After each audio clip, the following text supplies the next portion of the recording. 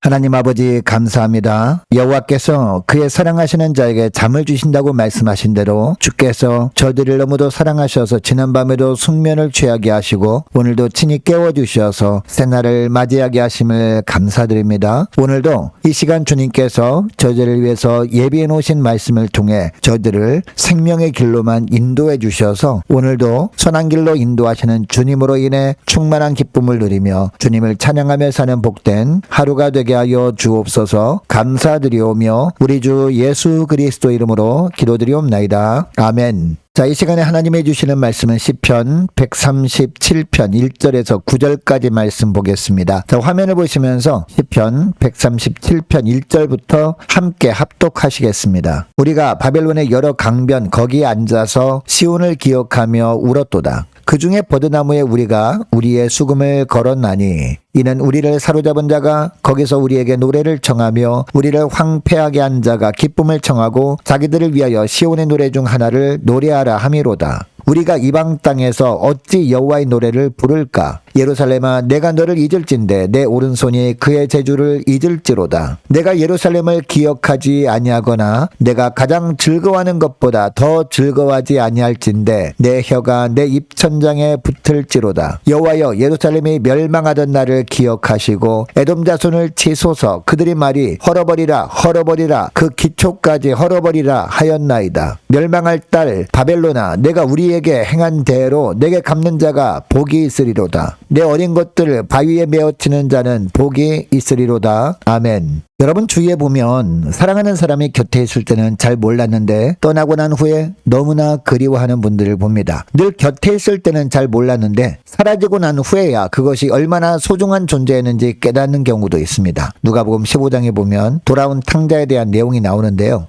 집에 있을 때는 아버지가 있는 집이 얼마나 소중한 존재인지 잘 모릅니다. 아버지에게 무조건 상속분을 나누어 달라고 조릅니다. 결국 그것을 가지고 어떻게 합니까? 먼 곳에 가서 모두 탕진한 후에야 아버지 품이 얼마나 좋은 곳이었는지 깨닫게 됩니다. 자, 오늘 본문은 이스라엘 백성들이 나라가 멸망한 후에 바벨론의 포로로 잡혀갔을 때 쓴 시입니다. 자, 2절 말씀을 보면 이 시편 기자가 어떤 사람이었는지 대충 짐작할 수 있습니다. 아마도 성가대에서 수금을 탔던 사람처럼 보입니다. 이 시를 보면 이 시를 기록한 시편 기자는 이스라엘 백성들의 마음을 대변하여 이 시를 쓰고 있음을 알 수 있습니다. 여러분 이스라엘 백성들을 생각해 보시기 바랍니다. 바벨론에 멸망하기 전까지만 해도 그들은 어떤 생각을 했습니까? 유다는 결코 망하지 않는다라고 생각했을 겁니다. 특별히 예루살렘 성전은 하나님의 계신 곳이기 때문에 결코 파괴되지 않는 곳이라고 여겼을 겁니다. 그래서 하나님에 대한 간절함은 찾아볼 수 없었습니다. 하나님께 제사 드릴 때도 형식적이었습니다. 율법을 지키고 안식일을 지키는 것도 하나님에 대한 간절함의 표현이 아니었습니다. 그동안 늘 지켜왔기 때문에 습관적으로 지킨 것뿐이었습니다.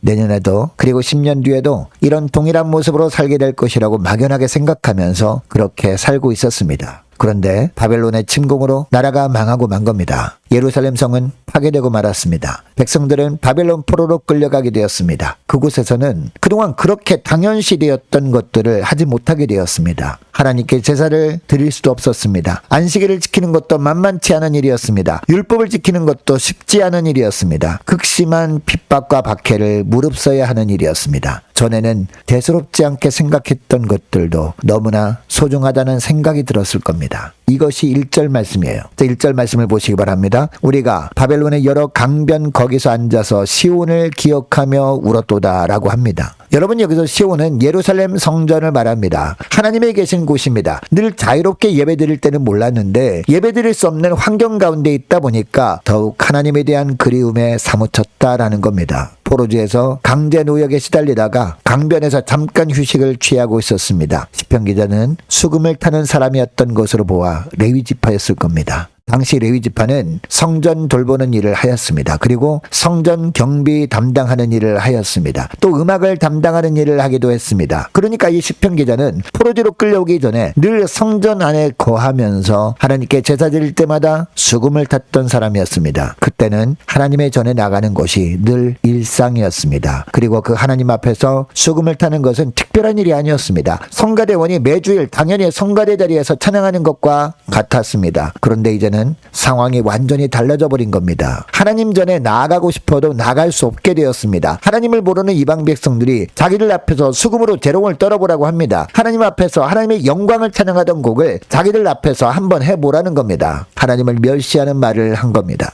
여러분 이런 기가 막힌 일을 겪으면서 다시 한번 시편 기자는 결단합니다. 이제는 예루살렘을 결코 잊지 않겠다는 겁니다. 오직 주님만이 나의 삶의 이유로 삼고 살겠다라는 겁니다. 자, 5절 말씀을 보면요. 예루살렘아 내가 너를 잊을진대 내 오른손이 그의 재주를 잊을지로다 라고 합니다. 그리고 7절부터 보면요. 하나님께 간절히 기도합니다. 예루살렘이 멸망하던 날을 기억해 달라라는 겁니다. 원수들을 갚아달라고 간구합니다. 여러분 이것을 통해 하나님이 우리에게 하시는 메시지가 뭘까요? 있을 때 감사하며 충성하라는 겁니다. 자유롭게 믿음 생활할 수 있을 때 더 열심을 내라는 겁니다. 마음껏 부르짖어 기도할 수 있을 때 부르짖어 기도하면서 주님을 늘 만나라는 겁니다. 자유롭게 찬양을 부르며 살아갈 수 있을 때 더욱 복음에 대한 감격으로 찬양하며 살라는 겁니다. 여러분 성경 다른 곳에도 보면요. 주님이 가까이 계실 때는 하나님의 소중함을 깨닫지 못하다가 주님과 멀어진 후에야 정신을 차리는 사람들이 나옵니다. 대표적인 인물이 바로 요나 선지자입니다. 여러분 요나가 이스라엘 땅에 있을 때는 어떤 삶을 살았을까요?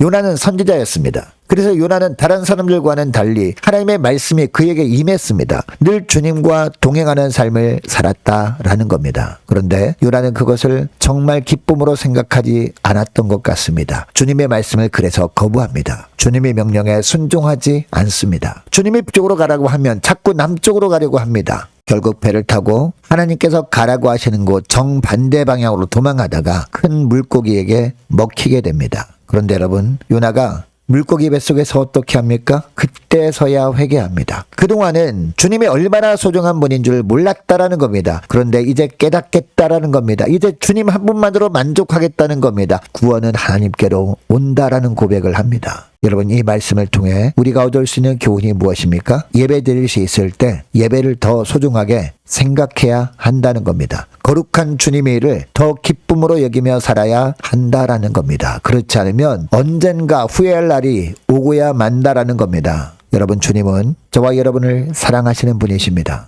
그래서 주님은 우리를 떠나지도 않고 버리지도 않겠다라고 말씀하십니다. 우리가 늘 주님으로 인해서만 기뻐하면서 예배드림을 가장 소중한 것으로 생각하고 살면 그런 삶이 지속되도록 축복하시겠다라는 겁니다. 여러분, 이것을 기억하시고 오늘 기도할 때 이렇게 기도했으면 좋겠습니다. 하나님, 예배 드릴 수 있을 때 예배를 가장 소중히 여기며 살기 원합니다. 소리내어 기도해도 누가 뭐라고 할 사람이 없는 환경에 있을 때 마음껏 기도하며 살기 원합니다. 자유롭게 복음을 전할 수 있는 환경 허락하실 때 마음껏 복음을 전하며 살길 원합니다. 주의 은혜 아래에 있을 때 기쁨과 감사함으로 더욱 충성하며 사는 복된 저희들 되게 하여 주옵소서. 간절히 기도하는 이 새벽 될 수 있기를 축복합니다. 계속해서 기도하기를 원하는 것은 각 구역의 구역 식구들을 위해서 그리고 각 가정의 자녀들을 위해서 함께 기도하기를 원하고 오늘 예배드리는 저와 여러분을 위해서도 이 시간에 함께 기도하기를 원합니다. 새롭게 선출된 2026년 남녀전도회 임력원들, 청년부 임력원들을 위해서 함께 기도하기를 원하고 올해 세워진 일꾼들 12월 말까지 충성하도록 도와달라고 함께 기도하기를 원합니다. 교회 재정을 위해서 유초등부 중고등부 청년부를 위해서 남녀전도회와 각 구역을 위해서 함께 기도하기를 원하고 또 많은 환우들이 있습니다. 환우들